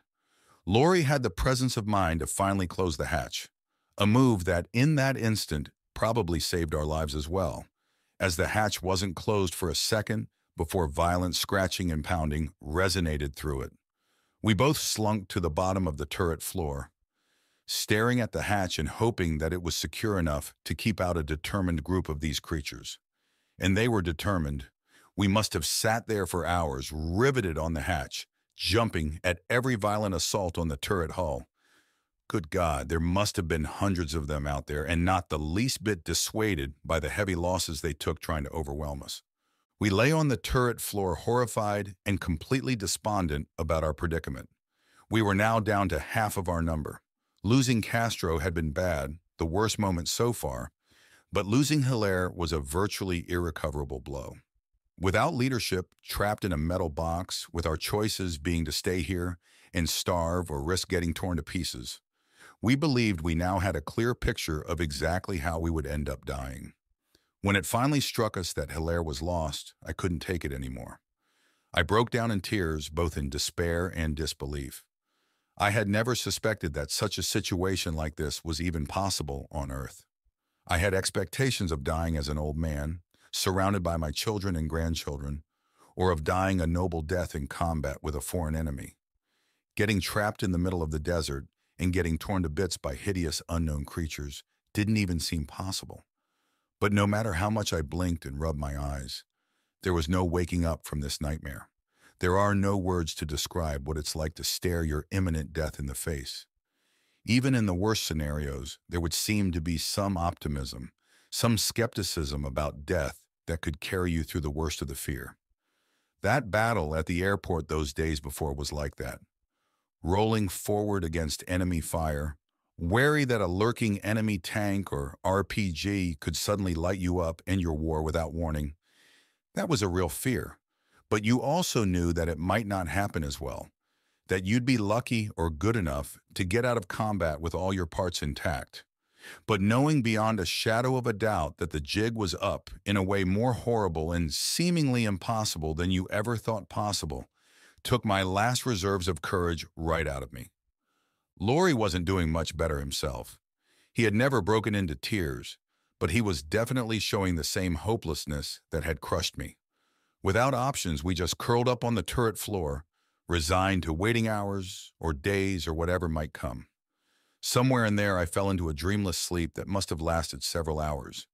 No nightmares. When you're truly exhausted, miserable, and emotionally drained, there are no dreams or nightmares. The only nightmare is waking up again. When I did awake, I looked at my watch and saw that it was 0530 hours. Laurie was still awake, staring back up at the hatch. He turned his attention to me and pointed out that the outside was completely silent, no pounding or scratching. This got my attention. Had our attackers given up? Were they waiting for another opportunity, or did they have some other plan for leaving us? Laurie proposed that maybe we should take a brief look outside, even consider making a run for it. That didn't make much sense to me, because there didn't seem like there was any place to run. However, having a quick look around for an idea of what to do next wasn't a terrible idea. I looked in through the thermal sight and saw nothing. Laurie used the commander's cupola to examine in all directions around the tank, and again, no sign of anything. He picked up his rifle and cautiously opened the hatch while I held my breath, waiting for something to storm in as soon as it opened. But there was nothing. Silence. Unusual silence, in fact. Even the storm had finally calmed down, and although dust still hung in the air and clouded the sky, there wasn't even a slight breeze. For several minutes, Laurie scanned all around, not sticking his head out above eye level. He noticed that the 50 cal machine gun had been torn out of its mount and laid on the ground next to the track. Laurie said he'd going out, and even though I protested harshly, he pulled himself up and out of the hatch. After a few minutes with no screams of alarm, I tentatively followed him up. Indeed, the whole scene was eerily still and silent. No trace of our attackers remained, not even the corpses of all those we had slain the night before. They had evidently taken their dead with them and done God knows what with them. More disturbingly, there was no sign of Hilaire either. When he was snatched from that turret, he had simply disappeared off the face of the earth. But at this point, I had no real hopes of finding him. I can only surmise what must have happened to him at the hands of those creatures. But if their violent attacks were any indication, I would be surprised if anything was left. Part 4. Laurie pointed down at the entrance of the ziggurat we had abandoned the previous night. He suggested we should try to make our way back there, maybe for any trace of our former commander, or to reclaim any supplies we had abandoned at our camp in the entrance. I thought now he was starting to take some excessive risks, but the silence and stillness of our surroundings swayed me. Daylight was starting to come on more strongly, and nothing was visible in the distance. I think he was mostly interested in the first aid kits we had left behind. Although the bleeding from his head wounds had stopped, he must have wanted to find something more than a dusty rag to bind his wounds. With some reluctance, I got fully out of the tank and followed to the edge of the bowl. With some hesitation, we proceeded down the bowl to the ziggurat with a slow and particularly cautious pace. But something about the ground beneath our feet didn't feel quite right. Until now, it was mostly soft and porous sand, but now it seemed more firm, like it had settled and was squirming under our feet. We were suddenly overcome by a chorus of hellish shrieks, and I saw just what made the ground feel so strange. Dozens of the creatures burrowed out from the sand and leaped straight up from the ground on all sides of us. These fucking things actually ambushed us. They had deliberately waited us out, hoping we would leave our armored refuge, all so they could take us out in the open from right beneath our feet. Laurie and I just panicked. letting loose our rifles on the creatures as they sailed through the air above us. To our dismay, the sounds of gunfire no longer seemed to dissuade our enemy, but they did duck and weave just enough to slow them down. We just sprinted down the bowl to the entrance with our backs to the enemy, hoping beyond hope that we wouldn't get taken down before we made it inside. One creature did manage to reach me, tackling me with surprising strength for their emaciated frames, and I nearly stumbled all the way to the ground. Like a miracle, I managed to get my feet back under me before hitting the ground, and I kept going, practically breathless, when I finally crossed the threshold of the ziggurat entrance. The creatures balked at first, as if they objected to entering this place, but as Lori and I made it into the main chamber, I could hear them making their way down the entrance corridor after us. We had run straight into a trap, an open chamber with no real exit, and I figured now that this is how I would die. But Lori wasn't finished yet. He ran over to the edge of the sinkhole that had swallowed Castro earlier, staring into it resolutely. He was actually suggesting that we go down into that endless abyss, with no knowledge just where the hell it even led. I was ready to refuse this out of hand when the hoots and shrieks of the creatures near the entrance made me think better. I had resigned myself to a grisly fate at their hands, but thinking about it, plunging to my death down the hole didn't seem much worse. Lori grabbed the rope we left there earlier and spiked it into the ground with an entrenching tool. Without hesitation, he took to the rope and began his descent down the hole. I watched incredulously after him as he swiftly descended without breaking. When he disappeared from my sight, I tried to yell after him, but the noise of those creatures made it impossible for me to hear any response. I saw them finally enter the main chamber, crawling all over the ground and walls at the threshold, and without much choice I took my own place on the rope and slid down. I took it more slowly than Lori, and as I descended below the edge of the hole, the shrieks and howls turned into something else. It became that hideous rasping laugh I had heard so many days earlier, as if they were amused by my attempt at escape.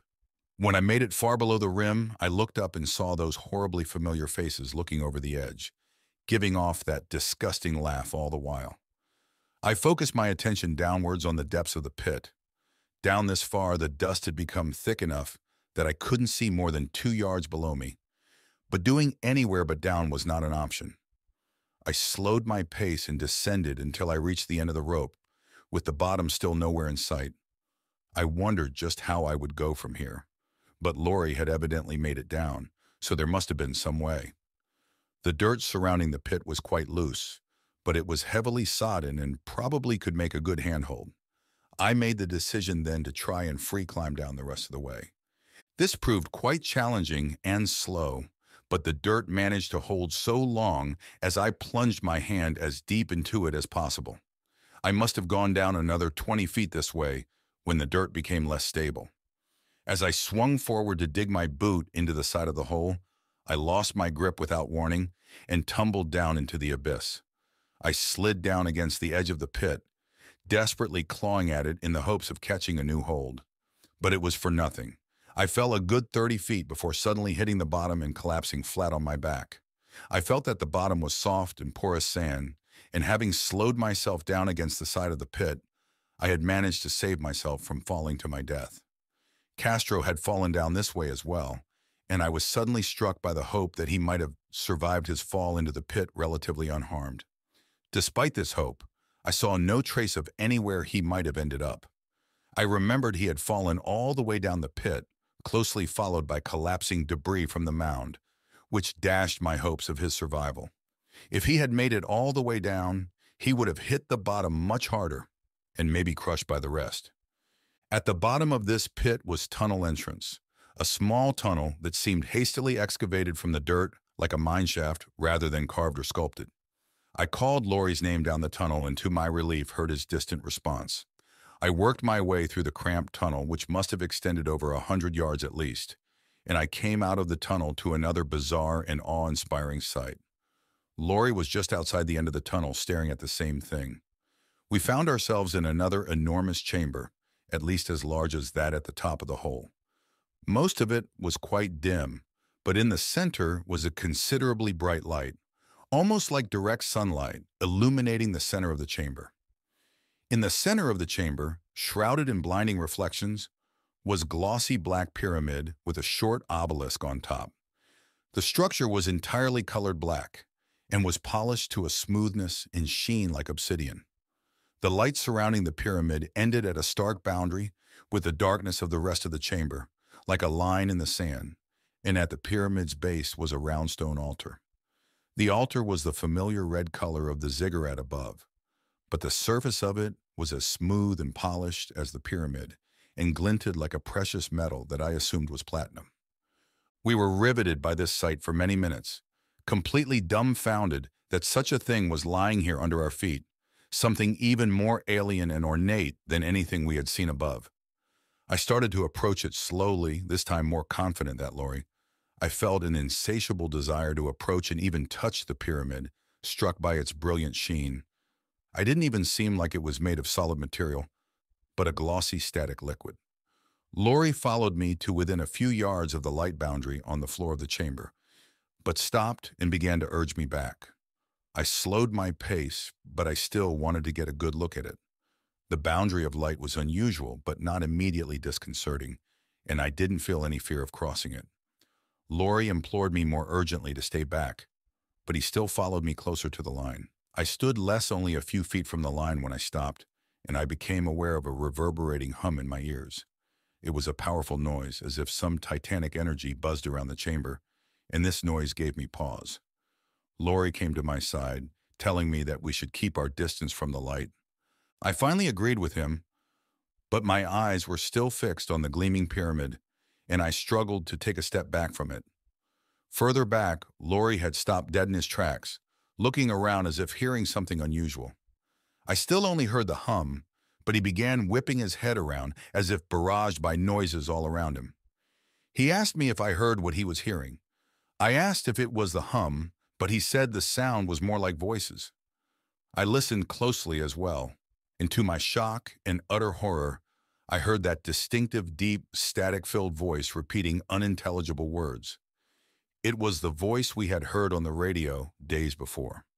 Now it was becoming louder and more insistent, and the fear it gave me broke my trance and got me moving farther from the pyramid. Lori was still listening, now frantically searching about for the source of the voice. He fixed his eyes on the pyramid, and in a low and determined voice, he said, "There," and pointed at the obelisk on the top. He started inexorably striding forward towards the light boundary he had urged me away from moments ago, and now it was my turn to fear for his life. I came up behind Lori and grabbed him by the shoulders, trying to direct him away from the pyramid, but he suddenly shook me off with startling violence, even elbowing me in the ribs. He slipped from my grasp and began walking to the boundary with great determination. Again, I came up from behind and grabbed him a few feet short of the edge, and he began to struggle even more aggressively. I tried to bear hug him and drag him away, but he threw his head back and struck me on the nose. I instinctively let go to cradle my nose, and he charged across the boundary of light as I screamed his name. He got a few feet beyond the line and quickly slowed to a stop. He began writhing on his feet as if something was burning him, and to my horror I saw heat vapor rising off his skin. His cries became audible, and his pained groans quickly rose to agonizing shrieks. His body started jerking incontinently as his shrieks rose. He sunk to the ground almost to his knees, but he was suddenly thrown up into the air by some unseen force, tumbling end over end. Then, to my shock, his body hung in the air for a few seconds, still screaming, and he began to roll and twist in the air. His whole body was twisting violently, and I saw that this unseen force was twisting, bending, and breaking his body section by section. The rolling motion rose to a tremendous speed, and with one last powerful and blood-curdling shriek, Lori was completely torn apart in the air, his shredded remains being catapulted into the far reaches of the chamber. I was shocked beyond words at this sight, and I couldn't move from that spot for several minutes. I saw Castro fall to his demise into a sinkhole. I saw Hilaire dragged away by those creatures, but the sight of Lori being torn limb from limb by an invisible force was beyond reckoning. Castro and Hilaire's deaths at least seemed physically possible, but I didn't know of any force on this planet capable of doing such things, or for several moments I wondered if I had just hallucinated it. After I came around, I knew for sure what I had seen actually happened. Nothing remained of Lori, not even shreds of uniform or spots of blood and dirt below. I backed away from the edge of the light and curled up on the floor of chamber. I was now alone, alone in this horrible place that by rights shouldn't even exist. I'm a lifelong skeptic, and I should know that places like this weren't possible anywhere on Earth. But I also know what I saw. I know that Gilbert Castro, Paul Hilaire, and Tim Laurie never came back from this place, and that nothing was ever found to prove what happened to them. But even if this whole dark time was just some revolting fever dream, those basic facts remain, and the images will never go away. I stayed curled up on the ground for what must have been hours. Every death of one of my comrades had driven me ever deeper into despair, and even when I thought I wouldn't get worse, it did. I can say with complete confidence that those hours were the worst of my life. We escaped thirst and starvation in the desert, only to find ourselves set upon by creatures that probably no living human had ever seen before. We escaped them only to find ourselves faced with being trapped at the bottom of a pit, only to be set upon by physical forces that nobody has ever described. I was utterly defeated. Despite my previous despondence, I had managed to keep some semblance of reason and sanity, but at that time I was finally starting to crack up and lose it. I got to my feet and paced around the chamber, cursing the universe for making such things possible, especially here on Earth. No longer thinking of my own death, but what would become of this place after I was gone. I was furious that this place had gotten the best of us, had devoured 3 human lives so swiftly and without any regard or remorse. The idea entered my head that this place might somehow be alive, as if this dead city in an inanimate patch of desert was consciously evil and uncaring. I might seem ridiculous to think such things, but my own safe perception of reality was so shattered that anything seemed possible. I reached the peak of my despair down in that pit, in the dismal shadow of the pyramid, when I lost all reason and picked up my rifle. The thought of suicide had indeed crossed my mind at various points, but that wasn't what I intended now. Laughing maniacally, I loaded a fresh magazine, chambered a round, and leveled the barrel at the pyramid. That hateful object seemed like the source of all my despair, and I cared nothing for any consequence of my actions. I fired round upon round at the side of the pyramid, rounds that mostly bounced off without effect. But one round did make a gouge in that finely polished exterior, and I was exultant at this petty sign of revenge realized. I broke out of my state when I noticed that the entire chamber seemed to tremble. Now I was suddenly regretful of my ill-considered actions, deeply afraid of what new event I had just triggered. The trembling only got worse, and that damned hum I had heard earlier came back with a vengeance, with a volume that was almost deafening. I dove to the ground on my stomach, covering the back of my head while still trying to see what was happening. Now debris was starting to fall from the ceiling under the persistent shaking, and I saw that the light surrounding the pyramid was not only getting blindingly bright, but was starting to expand to cover an increasing area of the chamber. I scrambled away from the expanding boundary of the light, knowing full well what would happen if it overtook me. I pressed myself against the wall towards the chamber entrance, and looking back, I could see that part of the tunnel had collapsed.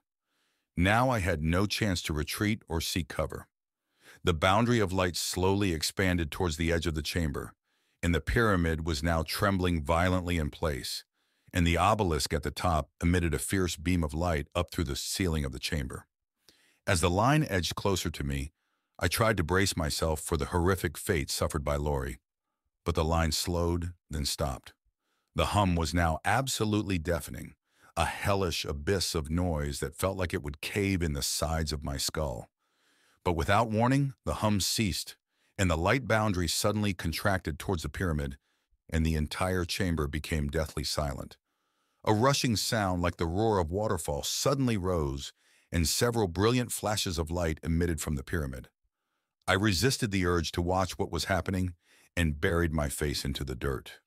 Then another piercing silence and a continuing bright light that felt even hotter than standing in direct sunlight, and a swift roar and shockwave that lifted me off the ground and slammed me viciously into the dirt. The roar and shockwaves seemed to go on for hours, and in that brilliant spectacle, I lost myself completely. I thought I was dead. But somewhere in there, I realized that if I was dead, then I couldn't possibly be thinking anything, much less that. Coming to my senses, I found myself partly buried in sand in the midst of an enormous crater surrounding me. Beyond the edge of the crater, I could see that the sky was visible. I had somehow ended up above ground.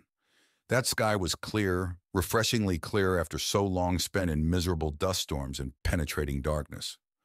I was still quite weak, but I was able to shake myself out of my partly buried state and stand on my feet. Now I could see around the crater more clearly. Above the crater, where I assumed the dead city should have been, was now a patchwork of hills formed from dirt and sand that looked freshly churned. No sign of the strange buildings or the towering obelisk at the center remained. I surveyed this whole scene in a complete daze, unsure of what had just happened.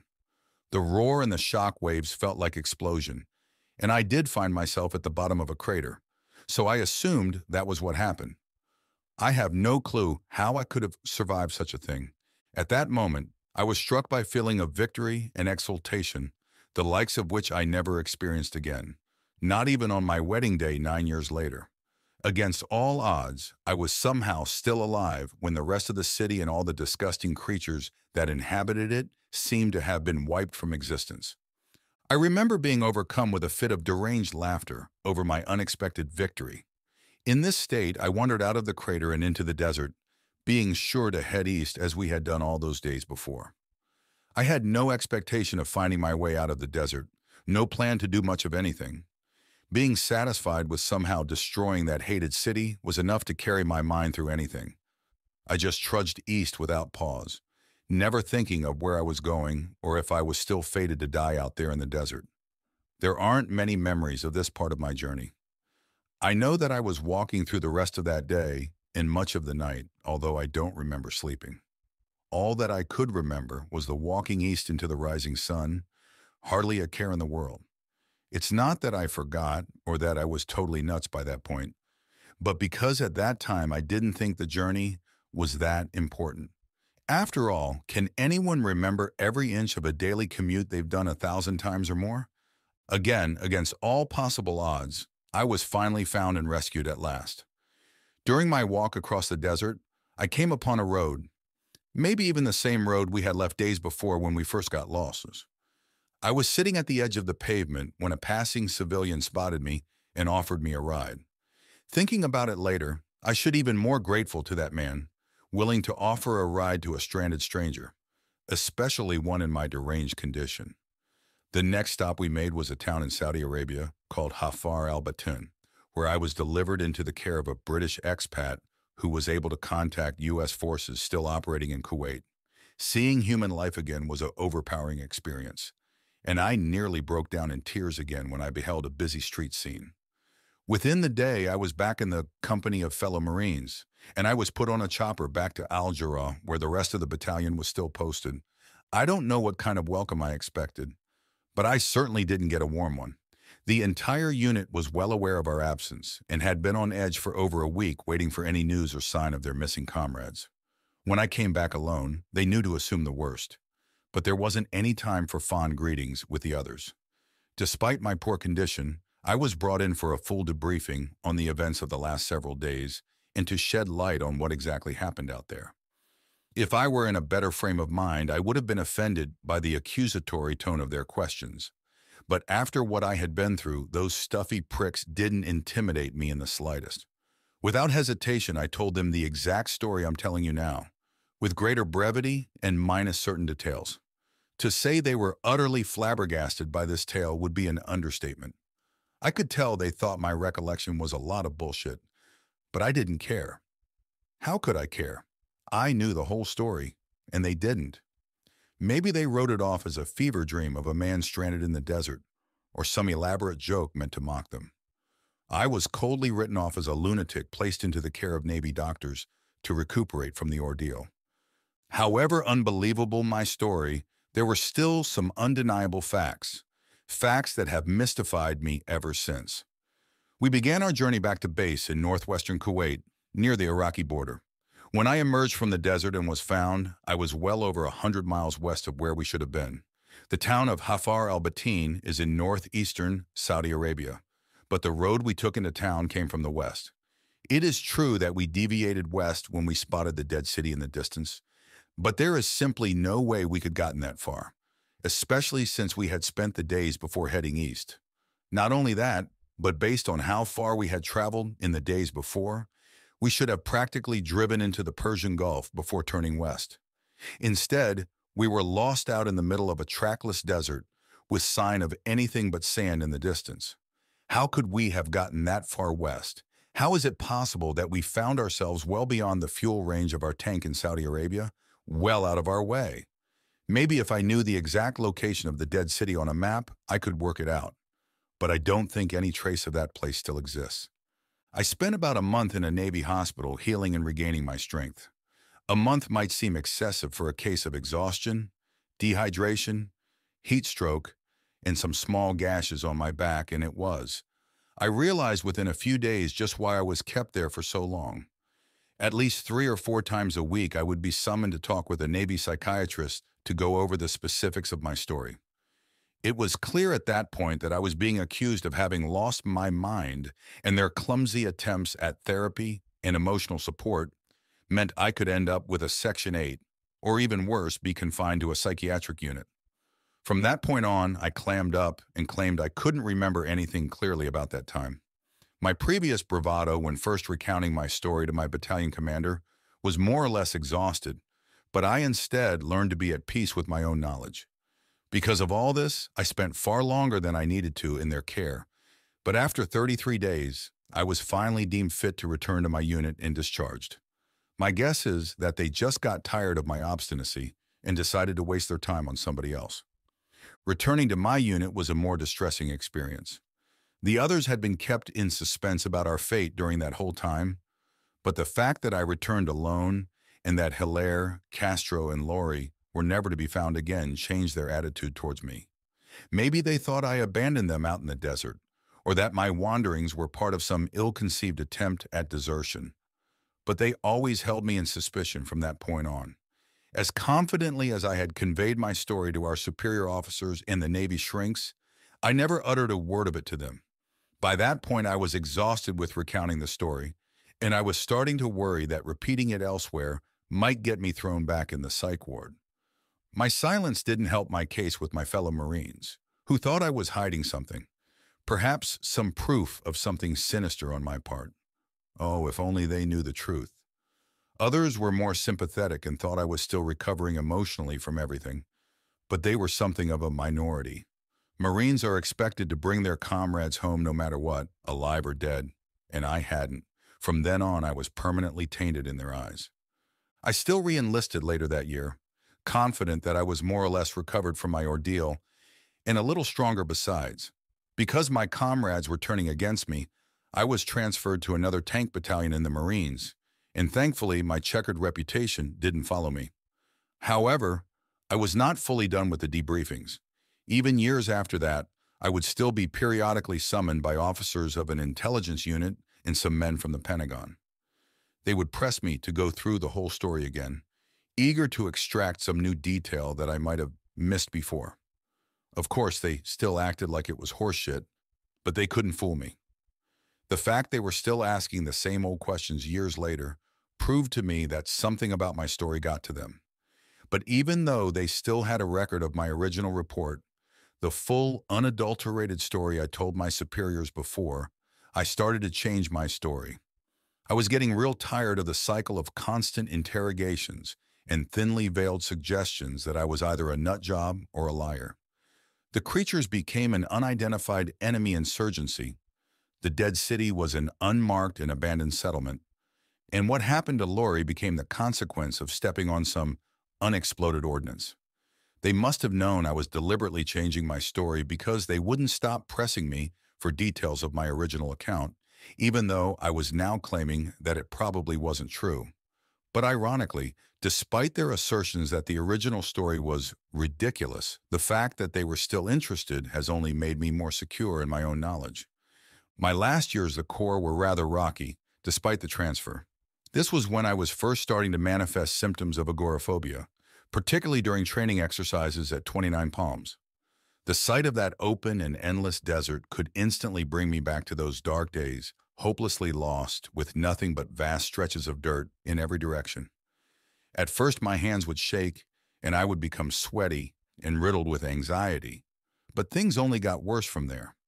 On night exercises, I would be trying desperately to suppress moments of intense dread and panic, remembering how those creatures ambushed us from beneath our feet, hoping that we wouldn't have to spend a night in the field. When we did, I wouldn't sleep a wink the whole night, always on alert for whatever might be prowling out in the wild, far from human civilization.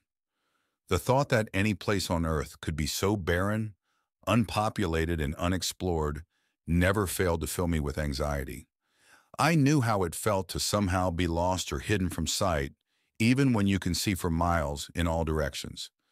It makes me wonder what sort of things can be hidden out in barren wastes and remote places around the world. Maybe even places like the Dead City or those horrible creatures. Having seen what I've seen, heard what I heard, anything seems possible when I behold vast horizons and empty skies. I think it was because of this that I developed disciplinary problems that marred my service record during those last years. Insubordination, absence without leave, occasionally theft of Marine Corps property. These were some of the more typical offenses that I got myself into. But the most serious problem I developed was substance abuse, particularly alcohol. I couldn't afford hard stuff on a Marine Corps salary, and weed never seemed to do anything for me. I would brawl with Army guys or sailors, come back to base from leave while drunk, or talk back to my superiors. I don't really know why I started acting this way. Maybe because military discipline no longer intimidated me, or maybe I needed a desperate escape from my thoughts and recurring nightmares. Or maybe I was just a lame drunk. I faced some quite serious charges during these pathetic escapades. But thankfully, they never pinned anything more egregious on me, and a demotion and some days in the stockade were the worst I got. In 1995, when my chance to re-enlist again came up, I opted just to leave. Everybody else wanted me out, and I felt there was nothing left for me to gain by staying.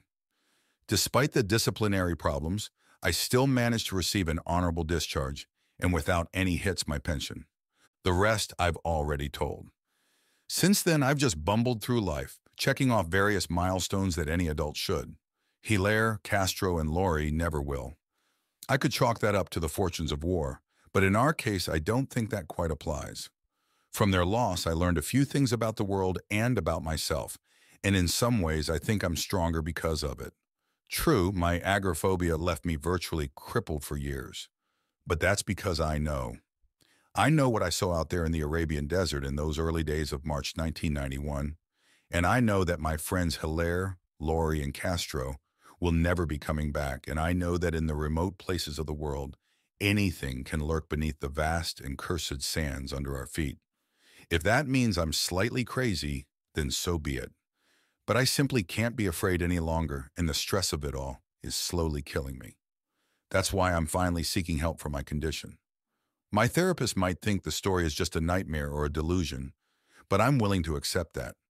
Somehow, I have to reconcile not being afraid with knowing that the dead city and those creatures actually existed, that any such things are possible on this planet. Somehow, I have to make a future for myself in such a world. But when I awoke in the rubble of the dead city flush with victory, I learned that there is some comfort in knowing that there will eventually be an end to all things, and an end to everything that comes after.